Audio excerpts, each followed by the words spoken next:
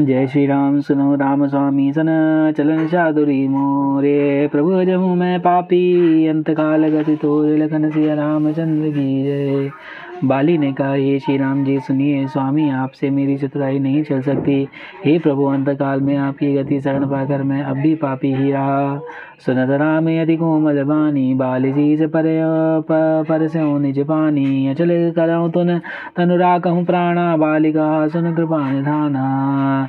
बाली की अत्यंत कोमल वाणी सुनकर श्री रामचंद्र जी ने उसे सिर को अपने हाथ से स्पर्श किया और कहा, मैं तुम्हारे शरीर को अचल कर दूं, तुम प्राणों को रखो। बाली ने कहा, हे कृपा निधान सुनिए, जन्म जन्म मुनि जतन कराही, अंतराम कहिया बदनाही। जासु नाम बल शंकर काशी, देत सबहि समगति अविनाशी।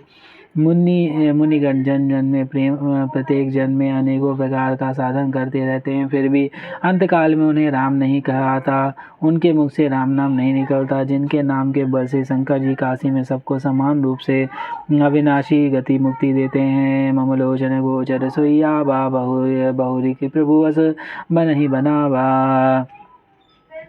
वह श्री रामचंद्र जी स्वयं मेरे नेत्रों के सामने आ गए। हे प्रभु, ऐसा संयोग क्या फिर कभी बन पड़ेगा। सो नयन गोचर जा सुज गुण नित नीति कही श्रुति गा वही। पवन मन गो निरस करी मुनि ध्यान कबहु कृपा वही। मोहि जाय अति अभिमान, बस प्रभु कहूँ राखऊँ शरीर ही। अस कवन सट हटि काटि सुर तरु बाधि कर सही बबू रही।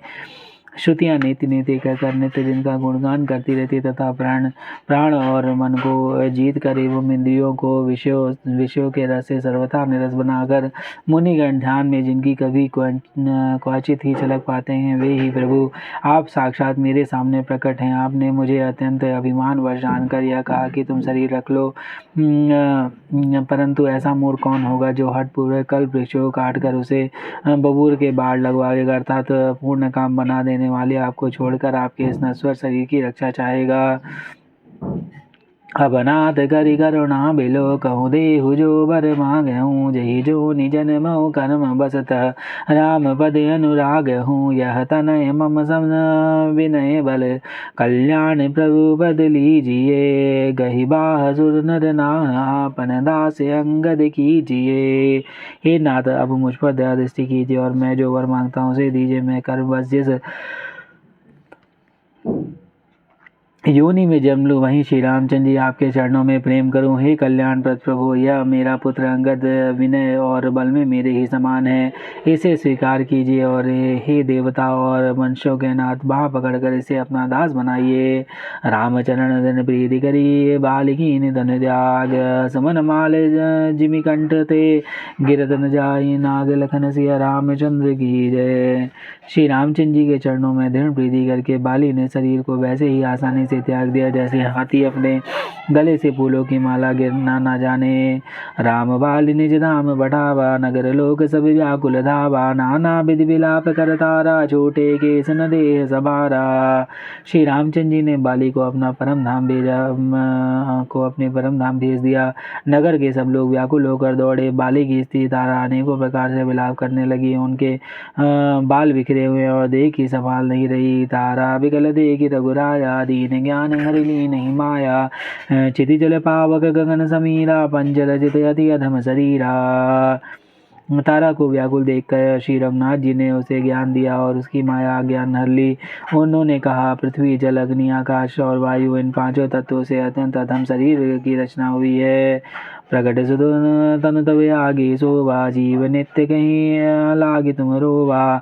उपजा ज्ञान चरण तब लागी, लीन सी परम भक्ति बढ़वागी।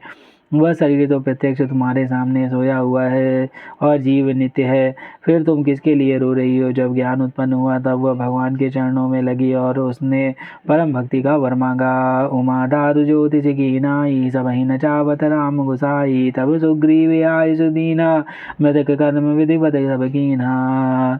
शिव जी कहते हैं, हे उमा स्वामी, श्री रामचंद्र जी सबको कठपुतली की तरह नचाते रहते हैं। तदंतर श्री रामचंद्र जी ने सुग्रीव को आज्ञा दी और सुग्रीव ने विधिपूर्वक बाली का सब मृतकर्म किया। राम कहा निज ही समुझाई, राजदेहु सुग्रीव वहीं जाई, रघुपति चरण नाई कर माथा, चले सकल प्रेरित रघुनाथा। तब श्री रामचंद्र जी ने छोटे भाई लक्ष्मण को समझाकर कहा कि तुम जाकर सुग्रीव को राज्य दे दो। श्री रघुनाथ जी की प्रेरणा आ गया। सब लोग श्री रघुनाथ जी के चरणों में मस्तक नवाकर चले। लक्ष्मण तुरत बुलाए पुरजन विप्र समाज, राज दीन सुग्रीव कहा, अंगद कह युवराज लखन सिया रामचंद्र की जय। लक्ष्मण जी ने तुरंत ही नगर निवासियों को और ब्राह्मणों के समाज को बुला लिया और उनके सामने सुग्रीव को राज्य और अंगद को युवराज पद दे दिया। उमा राम समेत जग माही, गुरु पितु माधु बंधु प्रभु नाही, सुर नर मुनि सब के यह रीति, स्वारथ लागे करहु सब प्रीति। हे पार्वती, जगत में श्री रामचंद्र जी के समान हित करने वाले गुरु पिता माता बंधु और स्वामी कोई नहीं है। देवता मनुष्य और मुनि सबकी यह रीति होती है, स्वार्थ के लिए सब प्रीति करते हैं।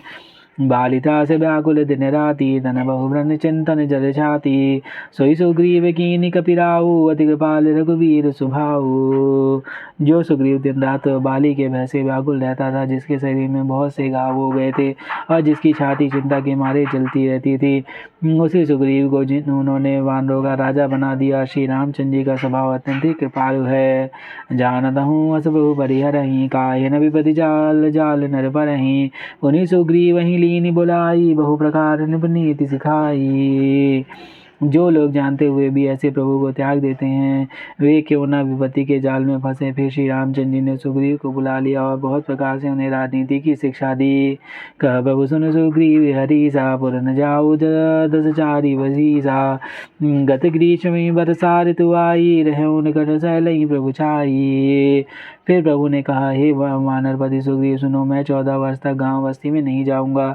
ग्रीष्म ऋतु बीतकर वर्षा ऋतु आ गई, अतः मैं यहाँ पासी के पर्वत पर टिक रहा हूँ। अंगद सहित करहु तुम जा राजू, संतत हृदय धरहु मम काजू। जब सुग्रीव भवन फिर आए, राम प्रवर्षन गिरि पर छाए। तुम अंगद सहित राज्य करो, मेरे काम को हृदय में सदा ध्यान रखना। तदंतर तब सुग्रीव जी घर लौटे और श्री रामचंद्र जी प्रवर्षण पर्वत पर जा टिके।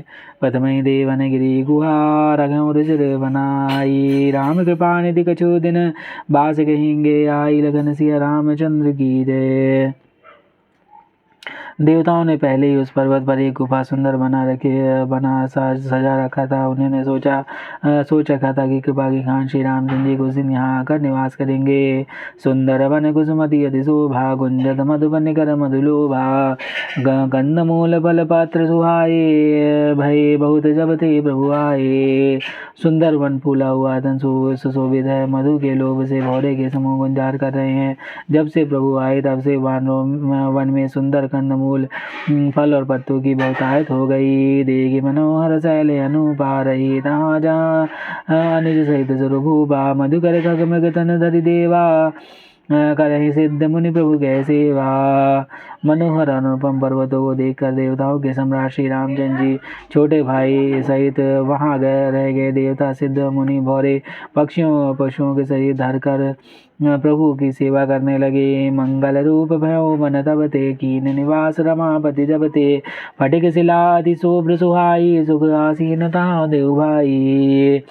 जब से रमापति श्री रामचंद्र जी वहाँ निवास करने गए, तब से वन मंगल स्वरूप हो गया।